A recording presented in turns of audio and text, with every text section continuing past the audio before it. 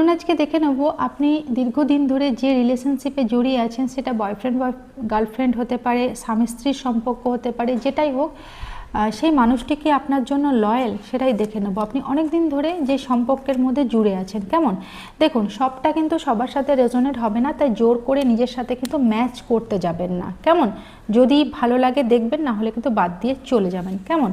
555 লিখে ক্লেম করতে পারেন, থ্যাংক ইউ ইউনিভার্স লিখতে পারেন, তাহলে কি হবে, আমার যে একটা এনার্জি আছে আপনার সাথে কিন্তু এক্সচেঞ্জ হবে।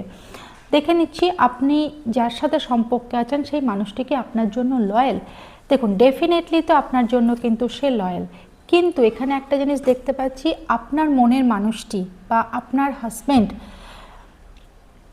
যে কেউ হতে পারে, সে কিন্তু আপনার কথা শুনে কিন্তু চলে না। প্রথমত, সে কিন্তু বাড়ির লোককে আগে প্রায়োরিটি দেয়, তার জেদ, তার ইগো আপনাকে সময় দেয় না। হ্যাঁ, নিজের কেরিয়ার, নিজের জগৎ, নিজের ফ্যামিলি নিয়ে কিন্তু বেশি ব্যস্ত থাকে, যে কারণে কিন্তু আপনার সাথে কিন্তু একটা মনের দ্বন্দ্ব চলে। হ্যাঁ, আপনি সবসময় কি করেন, পুরো কথাটা বলতে পারেন না, মুখ ফুটে বলতে পারেন না, আপনি ভেতরে ভেতরে কষ্ট পান। আপনি যখন কিছু বলতে যান সেখানেও কিন্তু আপনিই ভুল প্রমাণিত হন।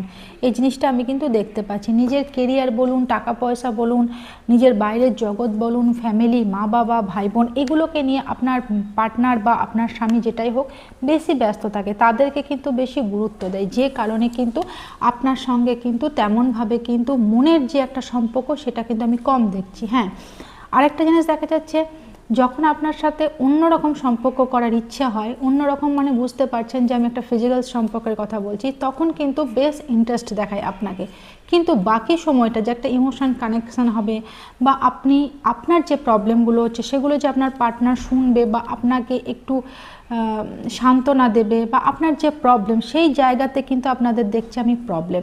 এই কারণেই কিন্তু একটা মিসআন্ডারস্ট্যান্ডিং কিন্তু হয়, কিন্তু আপনার পার্টনার কিন্তু এরকম কিন্তু লয়াল যে বাইরে কারোর সাথে কথা বলছে, সময় কাটাচ্ছে বা অন্যের প্রতি কোনো ফিলিংস রেখেছে, তেমন না। যা কিছু আছে বাড়ির লোকেদের সাথে আছে আর আপনার সাথে আছে, কিন্তু আপনার সাথে এই জিনিসগুলোতে প্রবলেম হচ্ছে, যে কারণে আপনার মনের একটা কষ্ট, আপনি মানে আপনার সব কিছু থেকেও যেন কিছু না থাকার মতো এরকম একটা কন্ডিশন আমি দেখতে পাচ্ছি, কেমন? Thank you.